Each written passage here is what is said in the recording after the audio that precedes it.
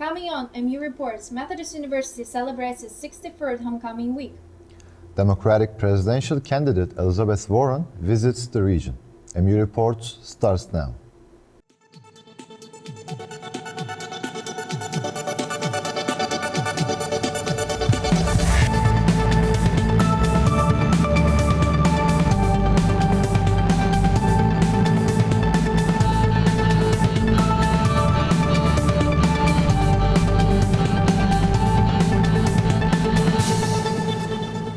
Welcome to MU Reports. I'm Ksenia Petrova. And I'm Metehan Fidan. Here at MU Reports, we take an in-depth look at what's going on at Methodist University and our surrounding communities. We're glad you can join us. Up first today, Democratic presidential candidate Elizabeth Warren recently visited Raleigh as a part of her election campaign. The Raleigh's crowd cheered to Warren's plan for a big structural change.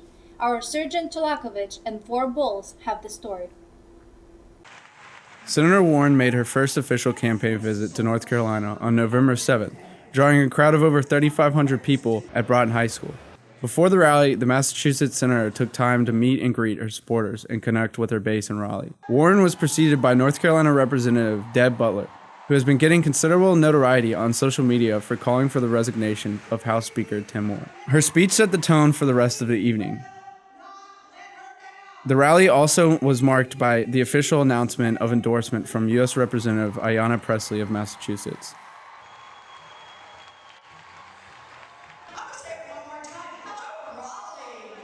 Warren connected with the middle class, explaining her progressive tax plans and sharing personal stories of growing up in a working-class family in order to illustrate the relevance of a living wage in the present day. Here's my plan for those guys, is to say, when you are in the top 1/10 of 1%, that's what we're talking about here, on the 50 million and above, your property tax is not only your real estate, it's also your stock portfolio, the diamonds, the red brand. So everybody understands how this works.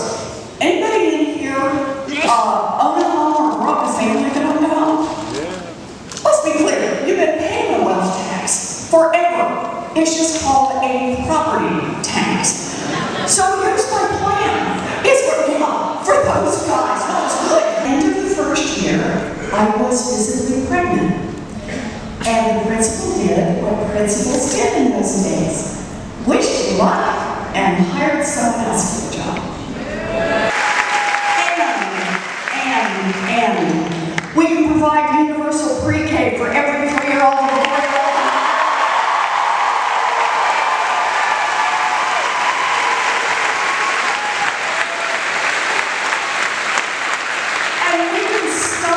Exploiting the largely women, largely black and brown women by raising the wages of every child care worker. Money, money, money, and it's everywhere in Washington. You bet. It is absolutely about campaign contributions, but so much more. It's about armies of lobbyists and lawyers and PR firms.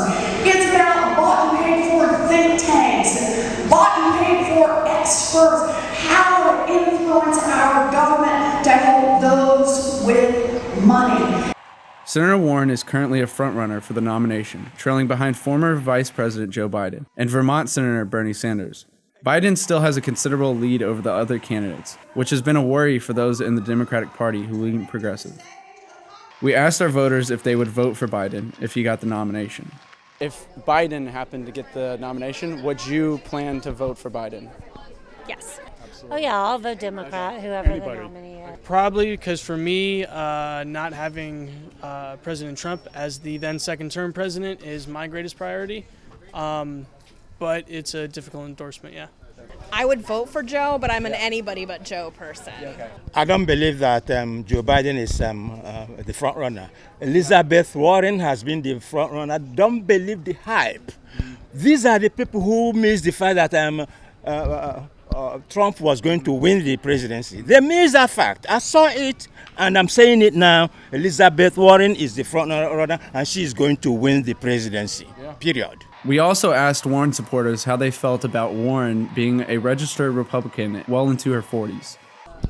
Not at all. People change their political leanings, and they continuously develop, and I think it really stands as where you are now, and so long as your past ideas were not egregiously different from now, it's fine to change with time. Being a Republican doesn't change a person.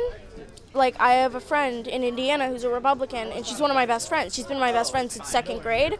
And it's not like being a Republican that changes a person, it's their values and their views on the world. Like, you know, some Republicans are not, you know, great people. Some Republicans are. So, yeah, Elizabeth Warren seems like a really good person, and it doesn't matter that she was a Republican. We also asked them if they considered any alternative candidates. Yeah, there's several good possibilities right now. Elizabeth Warren is definitely my favorite right now, but I think Pete Buttigieg is good also, and Amy Klobuchar. Yeah. What about like Pete and Amy? Do you guys like? Same thing. I think they're both smart and have a lot of really good ideas and have the courage. Ideas. Yeah, they have the courage to push and not stick with the status quo. Yeah. Any female at this point. I just think we've had a lot of men who've had a chance to lead our country, and we don't have enough women who have the opportunity to do executive roles. We have a lot of women who are taking leadership roles in other areas, but executive roles are really important, and we need women. We need equality there as well. She is the only one that can not only bring America back to, normalcy and progress and betterment for everybody, but the whole world. We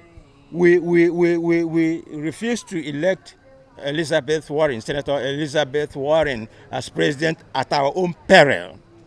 If we don't do it, we will suffer the consequences. That's all I got to say. I'm personally like Pete Buttigieg because he is someone who I think, similar to Warren, brings a good energy, and I happen to align with his policies more closely than I do with Warren's.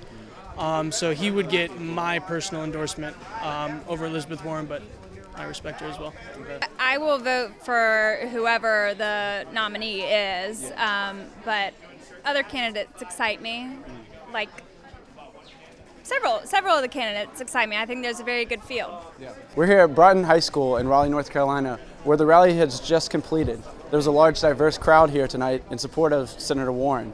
The next Democratic debate is planned to be held in Atlanta, Georgia on November 20th. For MU Reports, I'm Ford Bowles. Last week of October marked the 63rd Methodist University Homecoming Week. Alumni of different years came to campus to refresh their college memories. Our Sirjan Cholakovic and Yana Marchenko have more. When you see old folks coming to campus, you know this is that time of the year, homecoming. From October 27th to November 2nd, Methodist University hosted its 63rd Homecoming Week. The Student Government Association and the Student Activity Committee put a lot of work in order to make a full of events and memories celebration week. The week started from performances by comedians from Wild 'N Out, Carlos Miller and Darren Brandt. The two invited guests gathered an enormous crowd for a Monday audience. Students of all majors and classifications found the time in their schedule to attend the night of laughing and joy. Because the Homecoming Week coincided with Halloween, some of the events had a spooky thematic in them. Traditional trunk or treat hosted by the Greek Life had some other organization joining them, such as Photography Club, who won the Best Trunk Award.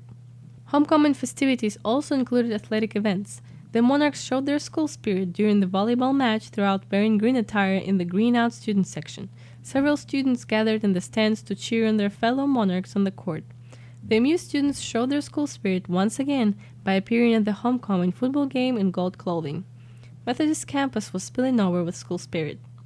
During the football game, the school's homecoming court was announced. Akili Jabulani and Mohammed Dule were crowned the homecoming queen and king of the school.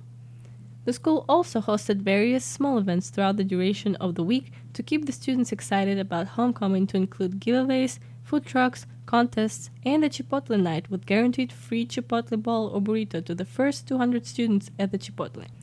While there were several memories to be made during the homecoming week among students, there was also a chance to remember times that had been shared in times past. Around 50 alumni met at the Fairfield Inn & Suites dining room, which was decorated with MU gear. The alumni looked through yearbooks from their time at MU and shared memories of their most beloved times at Methodist. This homecoming was especially heartwarming for the class of 1969, whose members celebrated their 50th class reunion. Whether you were a current student or former student or family member or friend of someone connected to the MU community, there was something for everyone to enjoy at the 2019 Methodist University Homecoming. Yana Marchenko, Sergeant Chalakovich, MU reports. The beginning of this semester, many MU students encountered the unpleasant experience of their privacy being violated. Several cars on campus were broken into. Our Dennis Litnev and Marco Romero investigated details of the incident. Students at Methodist University have been dealing with a recent string of car break-ins around campus. This fall, almost 20 cars were believed to be broken into and reported to campus security. So at first I didn't think it was a thing that a lot of people were victims of, and I first noticed that my car was broken into the day after, and I'm sure it happened very late at night, because I remember before my car was broken into or anything, got stolen, I went to check my car like around 1:30 a.m., 2:30 a.m. or 2 a.m. and everything was there and nothing was bad at it. And I didn't really report it to the public safety because I was not gonna get my things back, and I knew they were not gonna do a lot of it unless they really catch the guy and returns everything that he really stole. Campus security is currently investigating the thefts, but declined to comment due to the case being ongoing. While campus security is looking into the issue, there are multiple steps students and faculty can take to increase the safety and security of their vehicles. One of the major things is that make sure that when you leave your vehicle, you don't leave anything of value in plain view that anybody might be able to look in the vehicle and see what is in your vehicle. The other thing is, make sure that your windows are up and you lock your doors when you leave. If you have an alarm on your car or something of that nature, that you set the alarm. But the main thing is that not leaving anything of value in your car in plain view. Those things kind of give, especially the chargers and stuff, people look in your car, they can see that, oh, there's a cell phone charger, maybe a cell phone in there or something like that. It's a crime of opportunity most of the time. So they're going around checking door handles and that sort of thing. And if the door's open, it's easy for them just to go in and look and see what's in the car and take what they want. Besides campus security, other options are being explored for how to increase campus safety. The Student Government Association are looking into initiatives that would place more lights and cameras in parking lots around the school's campus. Even with the most recent reported break-in being in September, students should still take precaution when leaving their cars unattended for long periods of time. For MU Reports, Marco Romero and Dennis Litnev. Presentations from MU International students are a unique opportunity to learn about other countries from the first-hand experience. This time, our Rwandan students tell the story about their country and share a painful experience of a brutal genocide that happened in 1994. Our Ladiba Said and Ksenia Petrova have the story.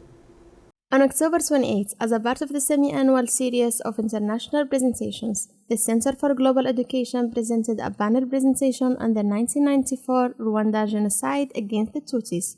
Students, faculty, and staff members all came to the Half Concert Hall to hear the story from the Rwandan students who learned about the genocide not from the books, but from their parents and family members. Traditionally, the introduction speech was given by the director of the Center for Global Education, Dr. Cristina Franciscon. I would like you to keep in mind a few questions while listening. How do things like this happen and the world remains silent? What if something similar happens in your own country? How do you even begin to move on? 5 Methodist University students from Rwanda talk about their country before, during, and after the genocide. The introduction to the event was given by the freshman student Lidivine Nduwawa and Michelle Ishimwe. This presentation is titled 1994 Rwandan Genocide Against the Tutsi. Did it really happen? Why and how? The question, did it really happen, is a rhetorical question. Therefore, yes, it did happen. Older students Senior Terry Iragwe, Junior Fred Kayitare, and Sophomore Gloria Beniherwe worked on the presentation since the spring 2019. The true definition of the genocide against the Tutsi were the massacres that happened between the 7th of April to the 15th of July in 1994 that killed about 1 million Tutsis and moderate Hutus in that period. Even though the memory of the genocide is still fresh in the hearts of many Rwandans, our students believe that there is a need for such conversation in order to bring awareness about crime against humanity that's happened in Rwanda.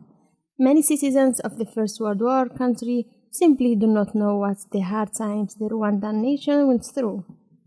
And during that time, people thought of churches as an escape place, so they started going to churches.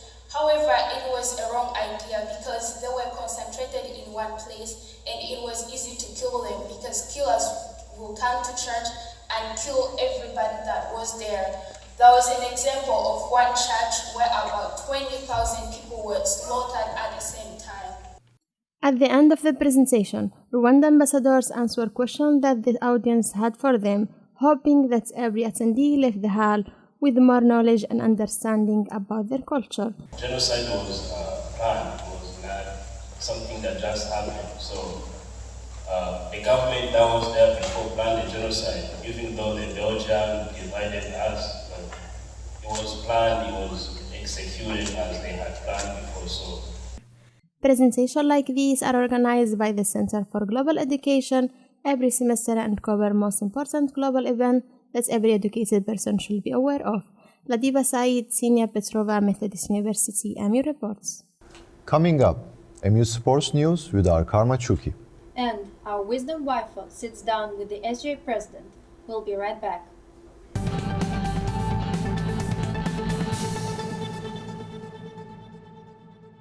Welcome back. I'm Karma Chuki with the MU Sports Update. Methodist University's PGA Golf Management Program team defeated Penn State and Central Oklahoma Scots by 11 shots to claim the PGA Johns Cup at the Wanamaker course at the PGA Golf Club in Port St. Lucie, Florida. Team members included 3 former members of the Monarchs men's golf team, Larkin Gross, Lucas Pal, and Anthony Panapento. Joining them were Ryan Shuck and Steve Copley. Gross was the top individual with the 2 under 142 2-round total. The Monarchs team score was 25 over 601. The U.S. South Athletic Conference released the current President's Cup standings following the conclusion of the league fall sports schedules, with Methodist in 6th place overall in the 18-team conference. The Monarchs sit 6th in the Women's President's Cup standings, while the men ranked 7th. Since winning the overall cup in the 2013-14 academic year, Methodist has accumulated 2 more overall titles and captured the Men's President Cup award this past 2 seasons. During the 63rd Homecoming Week, Methodist University expanded its Monarchs Hall of Fame membership with the induction of 5 individuals as well as teams of distinction from the Methodist women's basketball program. Attendees were welcomed and led through the event by Vice President and Director of Athletics Dave Evanson, with Methodist President Dr. Stanley T. Warden offering opening remarks and Student Athlete Advisory Council Executive Board member Will Walker offering the invocation. And that's a look at sport. Keep up with more sports news on our website, mumonarchs.com. Hello everyone, welcome back to MU Reports, and today we'll be talking about the SGA, and we are here with the SGA President, Mr. Carson Sanchez, and he'll be talking to us about the SGA, the Student Government Association. Thank you so much for talking to MU Reports. Thanks for having me on. It's great to be here. Okay, so you have been the SGA President for almost a semester now. How has the journey been so far? It's been challenging. The whole executive board and myself have never actually served on the executive board, so it's been a real learning curve for us. But I think we've grown after about a month into it. We kind of learned what we were doing, and we figured things out, and we started to pick up our pace. And it's nice to see the growth in what we've done. Wow, that's so interesting. So has it been something that you always wanted to do? In high school, no. And coming into college, barely. It took a real turnaround for me around the end of high school for me to want to be actively involved on campus. But around sophomore, junior year, I kind of realized I wanted to be more involved with SGA, and we took that step last year, and we ended up here. Okay, so there are lots of students on this campus who would like to be applying for the same position that you are now, to be the SGA president, but they actually don't know what the actual job is. What exactly do you do as the SGA president? So my job is to be responsible for the actions and directions of the SGA, right? And on top of that, I'm supposed to act as a liaison between the student body and the administration. So every time I'm in like a meeting with them or I have any sort of interaction with them, I represent all 1,800 students or so that we have on campus, or not on campus, but at Methodist University. Okay, and also there are speculations that the SGA actually doesn't have real power to make changes when it comes to like policies and things that affect the student body. Mm-hmm. Like, what would you say about that? Well, I mean, of course, we can't snap our fingers and make a change. We don't make the policy, right? From that standpoint, we are an advocacy group. But, I mean, what's the university's main source of revenue? What's their way of funding our activities? It's through the students, right? Mm-hmm. You know, we are what fund the university. So they have to listen to us to some extent. They have to take our input. And, you know, it's shown this semester, too. Dr. Worden has been very, very engaging with us. He's listened to us. And, you know, we're very optimistic about actually our ability to affect policy changes here. Has the SGA made like any changes on this campus? Specifically to policy, not necessarily, no. We are looking in a very optimistic direction with the attendance policy. We know it's in committee with our faculties, and that we might be getting a delineation between excused absences and unexcused absences for athletes, which is very exciting. Some of the stuff we've done on campus, however, would be like running homecoming, which was a huge task. We've also upped that budget. We did the policy survey, which is to gather all that information, which we can now present to Dr. Worden. We did a night walk with Dr. Worden and other senior officials from the university. And we sent them a list of, we're about to talk to them, actually I take that back, we were about to talk to them about 5 specific things that we're concerned with. Mm-hmm. And we hope to see those things changed. And from that night walk, we also got about 5 new streetlights that are going to come onto campus. We have, and then other various lighting fixtures on campus too for our darker areas. Okay, so in the event that Dr. Worden or the administration rejects SGA's proposal, what happens? Well, from that point, we just move forward. We'll find something else to do. That's all there is to it. I mean, if he rejects it, we can continue to advocate for it. We can continue to press for it. We're never going to be able to snap our fingers and change it, which, you know, it's disheartening to me. It's frustrating. And, you know, I'm sure to a lot of other people it is too. But the fact of the matter is we can't make that change ourselves. We have to have cooperation from the senior officials and Dr. Word. Oh, okay. So why should a student trust the SGA to represent them? Well, because there's 20 of us to about 2,000 of them for each senator, right? There's about 100 students that they're responsible for. That's a very good dispersion, I guess you could say, for representation. You can trust us because we're working hard. You can trust us because a lot of us are very dedicated to what we do. I know for me personally, this is my number one thing. If I come out of college and say I did one thing right, I want it to be that I did really well in SGA. So I think there are a lot of other people who share that same belief. There are a lot of other people who care about how far SGA goes. I guess that's why you can trust us, is because we care. Wow, that's so interesting. So there is a survey going around the campus about policy changes, about the dry campus and allowing alcohol on campus. Even as a freshman, I remember doing the same thing. Like I remember signing my signature, writing my name down for this same policy, and nothing happened. Why is this one different? Well, this one is specifically policy focused. The other ones have been student satisfaction focused and other, like a bunch of other stuff mixed in with it. This one we went in with the intention of asking very specific questions about the policies. So we don't just ask, do you agree with the policy, right? We ask, do you believe that students who are 21 years or older should be allowed to drink alcohol in their dorms? Mm-hmm. And those questions are also asked to a specific group. So they're not asked to commuter students. They're asked to residential students, right? Mm-hmm. And commuter students get different questions from there too.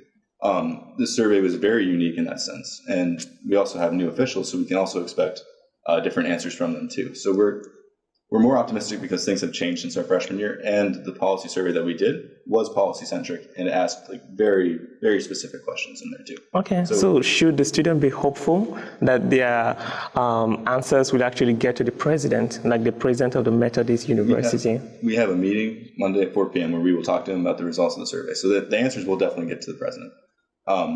In terms of being optimistic about change, we are optimistic about the attendance policy. Okay. Other policies we're cautiously optimistic about. We don't want to give off this image that it never will be changed, but they're difficult to change. Wow. And it's frustrating, as I said before, but we have to continue to advocate for it because, 5 years down the road when they do change theirs, however long, maybe if it's next year down the road, right? They need to see it year over year that we care about this and that it is a big deal to us. Because when we go into rooms and we talk about, hey, what what don't you like about Methodist? What's driving you away? It's, we hate the alcohol policy. We hate visitation, but it takes about 5 minutes to get to that. Yeah. It's like, the parking's not that great. It's hard to walk to class. And then like, what do you guys think about alcohol? I hate it. So it takes that good, it takes that comfort in knowing that people around you think similarly, and that you're not the only one who believes that the policy's bad. Mm-hmm. So we need to encourage students to be comfortable enough to advocate in that sense. Wow, that's awesome. You guys are doing a great job. I appreciate it. Yeah. Let me see. Okay. So usually the Student Government Association, like in previous years, I don't know if it's every 2 years, they used to like bring in an artist on campus, right? And this year something different happened. Like, what actually happened? So we get every 2 years, or every year we take a little bit out of the student activity fee to save up for our concert budget, right? Yeah. We throw on a concert every 2 years. The number that we got this year was slightly below what we would have hoped for who we could have gotten. Okay. And the people we were looking at getting weren't exciting. They weren't as exciting as T-Pain and Hunter Hayes and We the Kings. Like, that was a fantastic concert. Mm-hmm. And I think if we could throw that again, we might. But it came down to the 3 reasons why we chose not to do a concert this year. And we're gonna allocate the budget differently, and we're gonna find a better way to spend the money. The 3 reasons were that it was one night. It's 2 hours worth of time to spend a good amount of money on. That was one. The second was that we weren't expecting the same turnout as we had in years past because we couldn't get the same artists that were of that quality, right? And then lastly, there was so many alternatives that we could have done too. So we have 2 negatives where it's like we can't do this and this, but the third reason being that we have so many alternatives is a really big positive. We can do a lot of different things with that money, and we can impact change throughout a whole semester or a whole year, as opposed to just for 2 nights or for 2 hours in one night. Okay. So it wasn't that we just were like, no, we don't want to have a concert. Of course, we'd love to have a concert. We'd love to bring on those really cool artists, but it's too much of a risk for us to take that we don't get a fantastic artist. We're not even a fantastic artist, just T-Pain and Hunter Hayes. It's too much of a risk for us to take on that sense. Okay. Do you think that the way the decision was taken, like in terms of like a lot of students didn't even know that, like what you just explained, like personally, what I heard was that because the SGA doesn't have a lot of money and they don't want to bring in a low quality artist like before, so they decided to just spend that money on something else. Don't you think that it would have been more effective if the students were consulted, like in terms of like either through a survey for them to choose whether or not they want that to happen? No, that's a very good point. I've heard that too. What the problem is with that is that there are information gaps, right? The SGA was informed on what the budget size was, and we can't have every student being aware of that. It's too much information for everybody to comprehend. When you sit down, you can have a lesson and know about every little bit of it. We can talk to the SGA about it. But we can't ask the students whether or not they want to have a concert because at the end of it, they don't know who we can bring in. Because when I go into Village House, the golf house, and I ask them, hey, what do you guys think about it? They go, well, why don't we just bring on J. Cole? He's from Fayetteville. Can't do that. J. Cole he's well without our budget, and he's not going to come to Methodist University. And the expectation that they have with that concert is really high. And they imagine that we can do a lot more with what we actually have. So we couldn't ask the students in that sense because they don't have enough information. Okay. Now, the way any government works nowadays is through representation, right? Right. And as I said before, we have 100 students to 1 senator. I think that's a really good ratio. I can almost name 100 people on campus that I know, and I say hi to on a regular basis for a small campus. Those senators and the executive board too. Yeah. We have that relationship. We represent the students with our votes. So in reality, it wasn't a 1-to-1 vote, but they did get that representation. It wasn't that their vote went or that their opinion went unrepresented, because in our meeting we even talked about it that we're just saying what the students want, right? We're not just going out there and saying what we want. We're going back on the feedback we've gotten. Wow, that's so cool. So one last thing I would like to talk about is actually people who want to go into the SGA or people who want to run for the presidency in the future. A lot of them are kind of like actually skeptical. They don't know whether or not they should go for the presidency. What would you say to them? I will tell them that it's by far the most rewarding position I've ever been a part of. I mean, I'll argue with some of my friends about it, and it's fine that they have other positions that are more rewarding. I couldn't ask for a better position on campus. That being said, if you're going to do this, this has to be your number one thing. This has to be above all else. This has to be what you place highest in clubs and organizations, because it's a great time commitment. Whether or not every second is doing something, you're still responsible. You're still around the clock. You need to be able to be there. And it's not as easy as it looks from the outside. I made that mistake last year. I thought this can't be that difficult. Not much goes on. I was wrong. Was that it's a challenge, and it's a time commitment. And if you're willing to make that, even if you don't think you're capable of doing the leadership style of it, you'll come around to that. As long as you can devote the time to it, I recommend that everybody do this position. It's been awesome for me so far. Okay, I have to give you this opportunity. Is there anything that you would like to say to the student body? I'd like the students to know that your voice is being heard, and that the administration is hearing your voice, and that we've been in such good contact with them. We've had such good relations with them that we're really optimistic about what's going on. So when you're going out there and some things aren't exactly as you see, just know that we're paying attention to those, and that the senior administration, they're all hearing that too. Wow, that's so awesome. Thank you so much for talking to MU Report. Thank you, sir. We hope to see you again. I'll be back.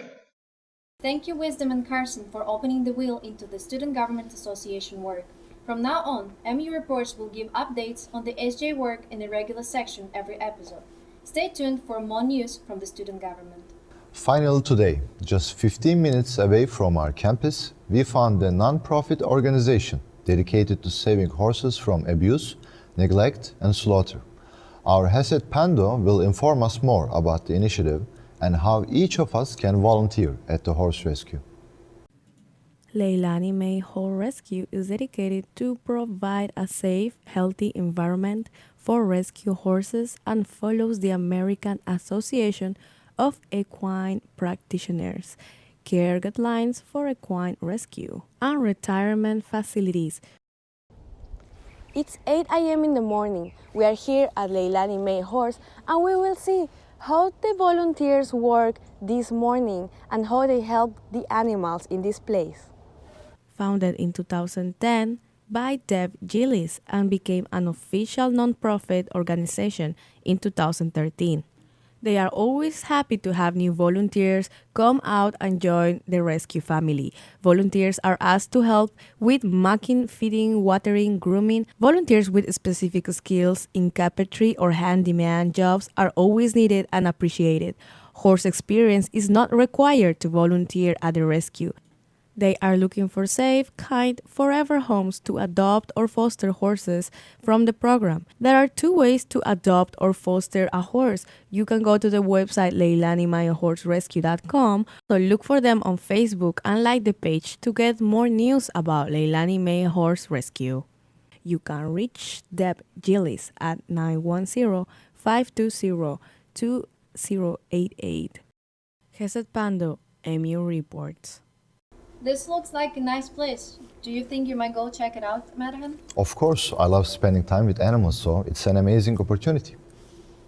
That's all the time we have for this edition of MU Reports. Join us back here next time for more in-depth coverage of news that matters most to Methodist University and the surrounding communities. And from all of us here at Methodist University, have a great day, Carolina.